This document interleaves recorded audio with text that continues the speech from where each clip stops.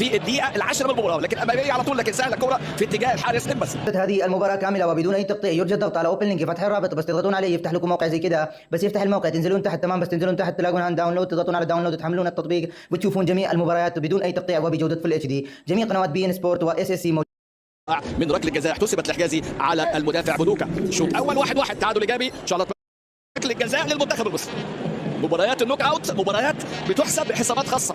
مصري مهم قوي الثبات مع التركيز في هذه اللحظات الصعبه في ظل هدف كان مسجل حضور كبير قوي مع فريق نادي اولمبياكوس في الدوري اليوناني، ثم انتقال الى جالاتا سراي، لكن مسجل لهم هدف على فكره في 10 مباريات لعبوا مع جالاتا سراي هذا الموسم. كان سجل في 2019 في مرمى مدغشقر وهدفين في كل سنه بنعمل حلقه عن الامتحانات، عن المراقبه وعن اللي بيحصل في الامتحانات. في الحاله الجديده حاله ابانوب ده طالب ابانوب بيمتحن ماده الدين المسيحي اللي وراه مسلم.